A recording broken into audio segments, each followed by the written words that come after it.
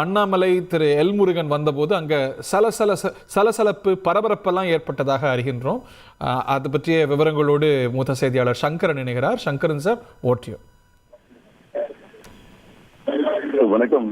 சரி, தமிழக பாஜக பொறுத்த வரைக்கும் பிரதமர் மோடியோ அல்லது உள்துறை அமைச்சரோ தமிழகத்திற்கு வந்தார்கள் என்றால் பாஜகவினருக்கு அது ஒரு திருவிழா போன்று அமைந்துவிடுகிறது. பல்வேறு கோலாகலமாக கட்சி அலுவலகம் முதல் பல்வேறு நிகழ்ச்சிகள் என்று தடபுடலாக நடைபெறுகிறது.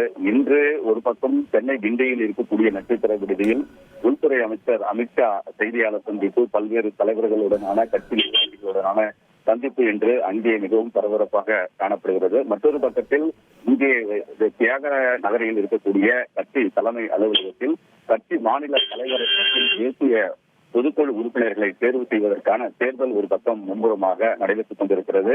கட்சி தலைமை அலுவலகம் இதற்காக பார்த்தோம் என்றால் விழா கோலம் கொண்டிருக்கிறது. ஏராளமான கட்சி நிர்வாகிகள் குவிந்திருக்கிறார்கள். கட்சி தலைமை அலுவலகத்தினுடைய 3வது தளத்தில் கட்சியினுடைய தேசிய மேலிட பார்வையாளர்கள், பொறுப்பாளர்கள் மற்றும் அண்ணாமலை உள்ளிட்ட பல்வேறு முக்கிய நிர்வாகிகள் கலந்து கொண்டிருக்கக்கூடிய ஒரு ஆலோசனை கூட்டமானது தொடர்ந்து நடைபெற்றுக் கொண்டிருக்கிறது. இந்த நிலையில் இன்று பிற்பகல் 2 மணி முதல் 4 மணி வரை கட்சியுடைய மாநில தலைவர் பதவிக்கும் அதே போன்று தேசிய பொதுக்குழு உறுப்பினர் பதவிகளுக்கும் போட்டியிட விரும்புபவர்கள் விண்ணப்பிக்கலாம் என்று ஏற்கனவே அறிவிக்கப்பட்டிருந்தது.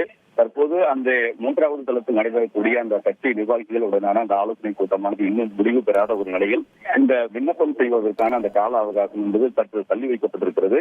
பிற்பகல் 3 மணி முதல் இதற்கு போட்டியிட விரும்புபவர்கள் விண்ணப்பம் செய்யலாம் என்று அறிவிக்கப்பட்டிருக்கிறது. எனவே இன்னும் சற்று நேரத்தில் இதற்கான அந்த வேட்புமனு தாக்கல் என்பது துவங்க இருக்கிறது. கட்சி தலைவர் பதவிக்கு பலர் போட்டியிடலாம் என்று எதிர்பார்க்கப்படக்கூடிய நிலையில் முக்கியமாக நயினார் நாகேந்திரன் அந்த மாநில தலைவர் பதவிக்கு போட்டியிடுவதற்கு அதிகமான வாய்ப்புகள் இருக்கிறது என்று தகவல்கள் வெளியாகி இருக்கின்றன. தற்போதைய நிலவரப்படி அவரை தவிர்த்து வேறு யாராவது போட்டியிடுகிறார்களா என்பது குறித்தும் தகவல்கள் வெளியாகவில்லை.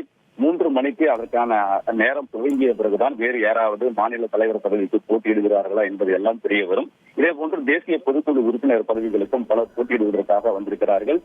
பல்வேறு பகுதிகளில் இருந்து நூற்றுக்கணக்கான நிர்வாகிகள் எல்லாம் திரண்டு வந்திருப்பதன் காரணமாக கட்சி தலைமை அலுவலகமான கமலாலயம் விழா கோலம் கொண்டிருக்கிறது. இன்னும் சற்று நேரத்தில் இந்த வேட்புமனு தாக்கல் என்பது துவங்கி இருக்கிறது. சரி.